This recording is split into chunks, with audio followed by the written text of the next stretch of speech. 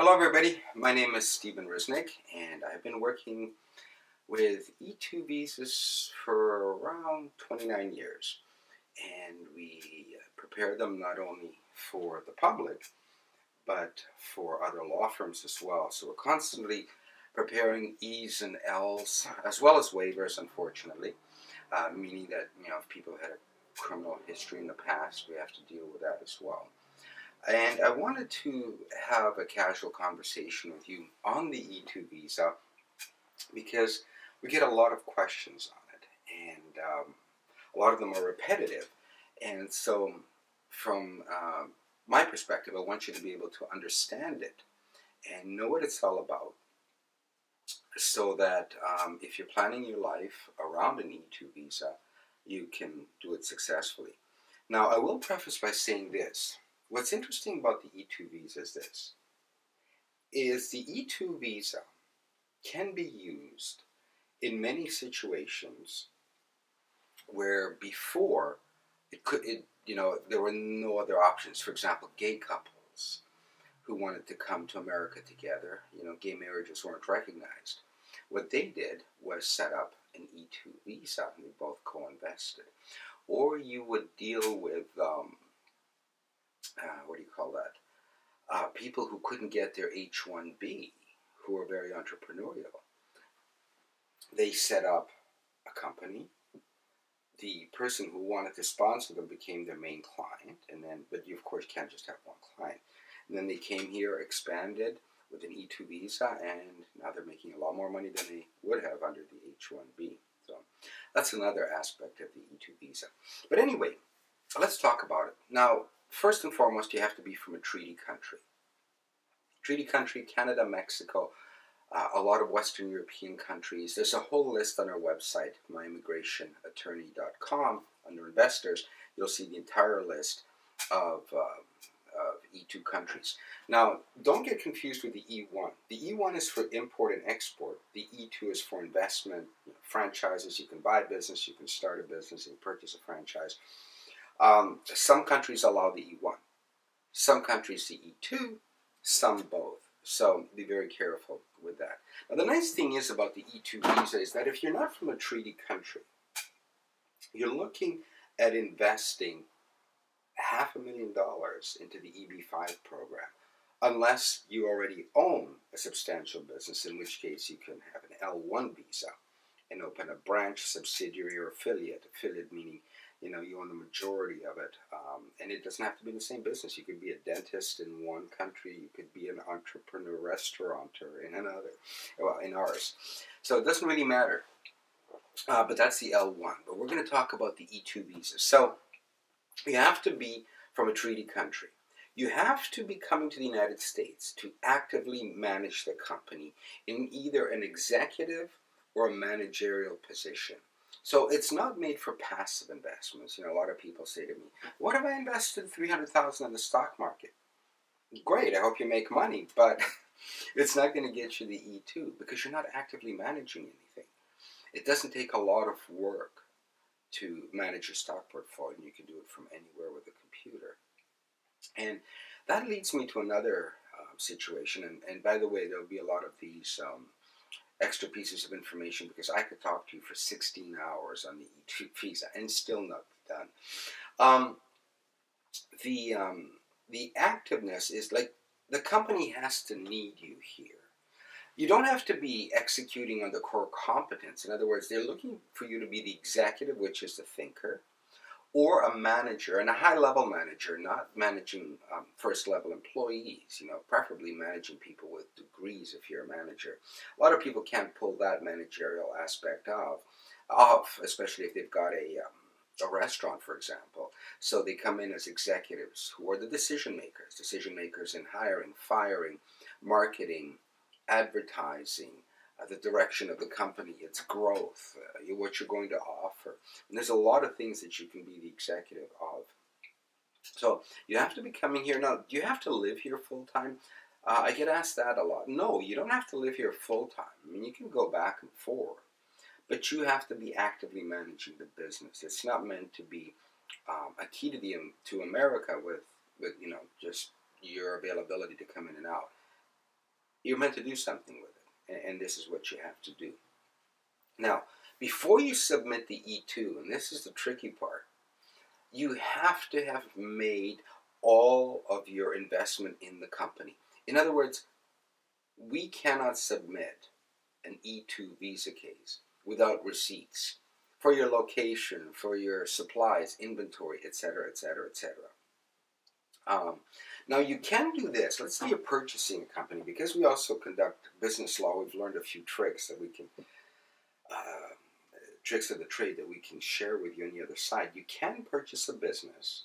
For example, let's say you're buying a $300,000 car wash. You could state in the contract, subject to the approval of the E2 visa. That's called the condition precedent. In other words, it comes before the contract executes in full. And that's possible too, as long as the money is fully committed and you can't just turn around and withdraw it. Now, another thing that comes to mind, people say, well, you know, I don't have the money that I need for an E2. The good news is, although a lot of law firms don't take cases with under $250,000, you can file an E2 case with $100,000 and get it. It's a fantastic visa. It's one of my favorites. So, but let's say you don't have the $100,000. You have a great idea, or you have the motivation. Somebody can loan it to you. Now, they can't loan it to the corporation or the LLC, but they can loan it to you personally. As long as you're personally liable for it, you're okay. The other thing that people ask me on that note is, what kind of an entity should I have? You can have a C corporation, but then you're subject to double taxation. There's really no need for a C corporation for a small company. An S corporation you can only have if you're a green card holder or citizen, but a foreigner cannot own an S corporation.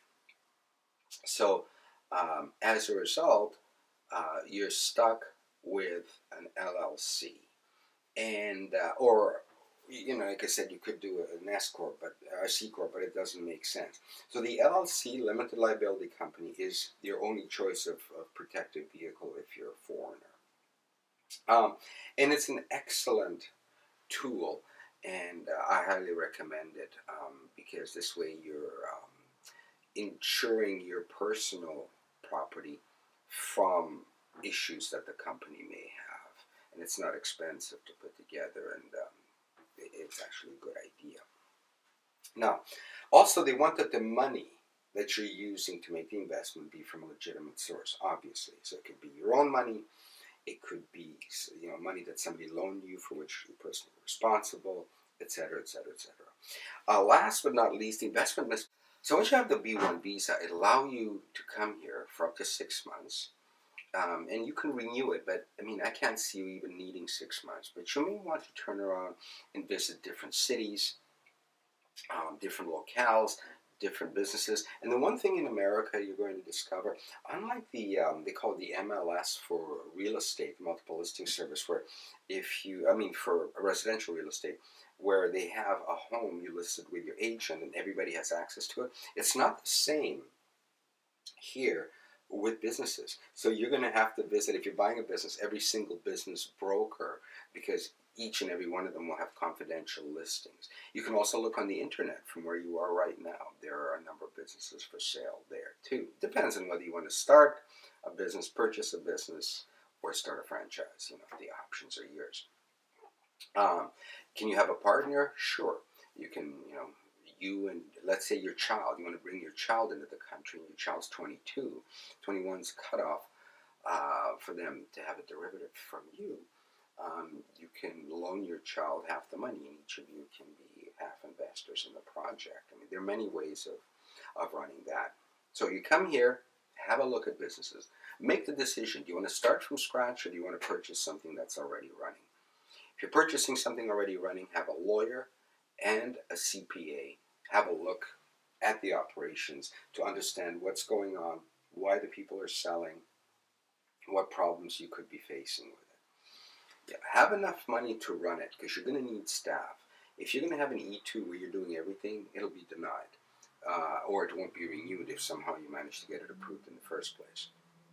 So you should be the executive, the decision maker, not the worker in the company. So have enough money for your staff.